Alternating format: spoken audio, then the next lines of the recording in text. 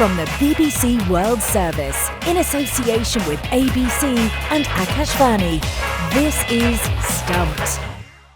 Hello, I'm Nikesh Rughani in Leicester and welcome to Stumped. I'm joined by the ABC's Jim Maxwell in Sydney and Akashvani's Sunil Gupta is in Vietnam this week. Now, the 18th edition of the Indian Premier League gets underway in Kolkata on March the 22nd. Indian cricket has, of course, been flying since the last tournament, with the men's national side winning the T20 World Cup and the Champions Trophy.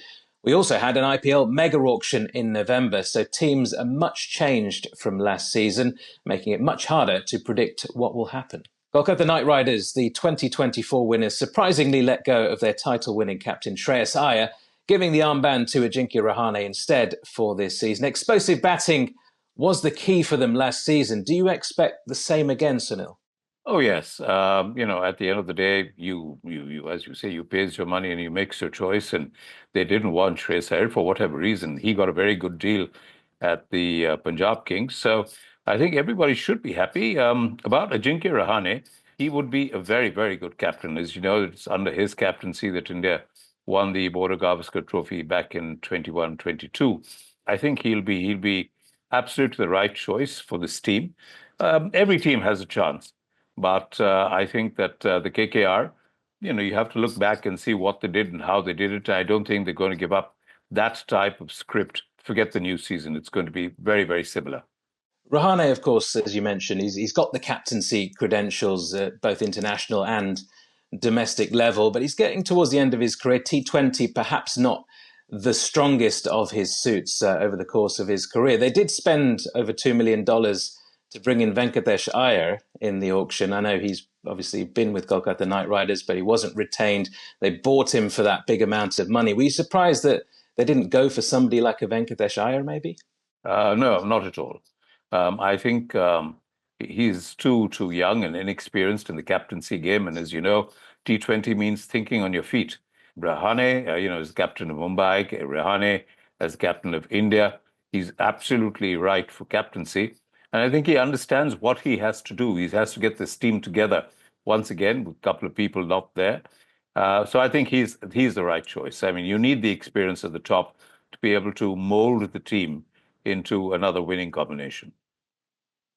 Moving on from KKR, there's one question that everybody seems to be asking every single year, whether it was, when the IPL first started and there was that star-studded side, RCB, the Royal Challengers Bangalore, they've got the star power, even now with the likes of Virat Kohli, of course, as their ambassador and their star player. They've had AB de Villiers, they've had Chris Gayle, they've had Dale Steyn, they've had so many big-name players over the years. Still no title for RCB. Can they do it this year? Well, part of that question is, who have they got this year? And I think that they said, okay, star power and all that sort of thing. You mentioned a few names. There's du Plessis, there's Glenn Maxwell, there was AB de Villiers, as you said, Siraj, Callis, Watson. We're going back in time now. And they haven't been able to win. And I think they decided, okay, enough of the big stars. Let's give the young and hungry people a chance. The younger people, Rajat Patidar, as you know, is the captain now, not Virat Kohli. I don't think it smacks of desperation. I think it just smacks of understanding reality. We haven't won with the big stars. And so let's see what a young and hungry group can actually do. Frankly, they had no other choice. Let me put it this way. They had to start all over again. I have experience, of course, as you said, in Virat Kohli and a couple of other people. But 2007 to 2024, this team has not won the IPL.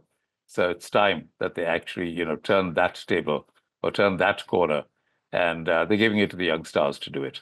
Lucknow Super Giants this season have made Rishabh Pant their most expensive player, the most expensive player in the history of the IPL, in fact. But he's not currently first choice for India across white ball cricket. He was playing in the T20 World Cup, but in ODI cricket, in 50-over cricket, not a first choice. There are question marks about his place in the T20 side going forward with the other options that India have got. How big a tournament do you think this is for him personally? Does he have anything to prove to the Indian selectors or the Indian public, indeed? He was the first choice in all these formats, including test matches. But I think he's a bit of a loose cannon. We saw it in Australia. We've seen it elsewhere. I remember in the India-Pakistan game in the T20 World Cup, he was trying his best to get out. So it's, I think, a very good opportunity for him to prove that he's got the nous. It's not just the question of the strokes or the bravado and going in there and hitting, but to know when to do that. And I think the captaincy, yes, he was captain of Delhi Capitals as well. Now, he has got to prove it because, as you said, he is the most expensive player. So that responsibility that is thrust upon him, this is a big test for him. Can he actually rise to that occasion and give the owners and give the public something that they're actually looking forward to? Because everybody likes Rishabh Pant. He's a breakout player, actually, in that sense. But you have to have the ability to understand when to do it. And I'm sure Jim will remember the Sydney Test match right now, India, when we had 2 hours to play to draw that particular Test match, and he threw his wicket away. I mean, it was ridiculous. I mean, you have Travis Head bowling, and you go for a hoik over mid-wicket. It was unnecessary. We know what we're going to get when we turn up to the Jaipur Stadium. There's going to be turning pitches. They're going to play a few spinners. We're expecting much of the same again. Ravindra Jadeja, Ravichandran Ashwin back at Chennai once again. Noor Ahmed looking to exploit the conditions.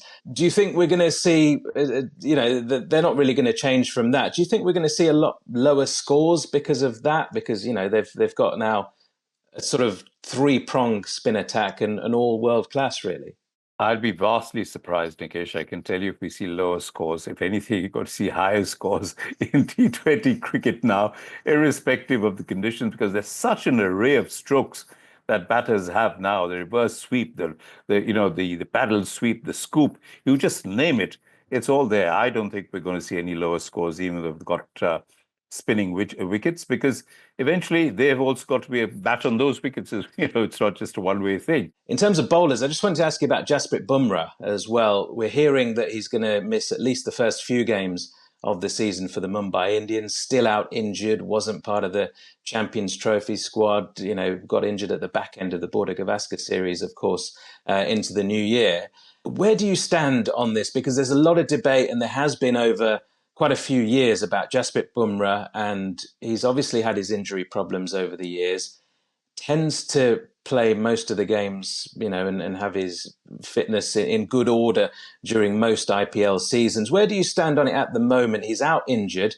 They've got a big 5-test series coming up in England in the English summer as well, pretty much just after the IPL, just weeks after the IPL is due to finish. Where do you stand on this? Do you think they need to maybe just give him a little bit of extra time at the start of the season to have that rest and then get him putting some overs into his body in the run-up to that England series? Or do you think the Mumbai Indians will just say, look, once he's fit enough, we're just going to throw him straight in there?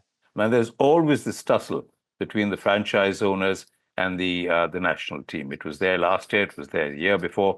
How do you manage his workload? And what happened to him in Australia? He was bowled into the ground, literally bowled into the ground. Now, you do not want that to repeat itself, even though you have to bowl 4 overs in a game in the IPL. But yes, I mean, it takes it out of you. He was out for about a year or so because of that back problem. And now couldn't play the last innings in Australia because he was just overworked. And he's got that very awkward action, which I think we've all commented upon. It puts such a strain on the back and the spine. And you don't want that going. So you have to be able to manage which are the important games, give him a break in between, and allow him to be absolutely fit for the Test series coming up. To my mind, that should be the prescription. It's going to be difficult, but you can do it. I mean, India won the Champions Trophy without him.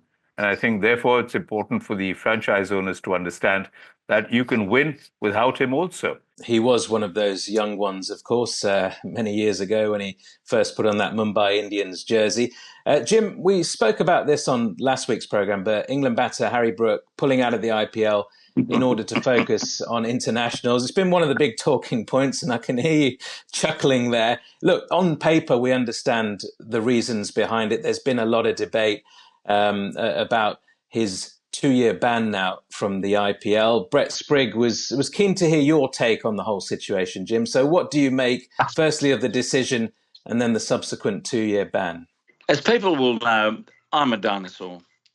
So as was just mentioned there by Sunil, playing for your country is number one.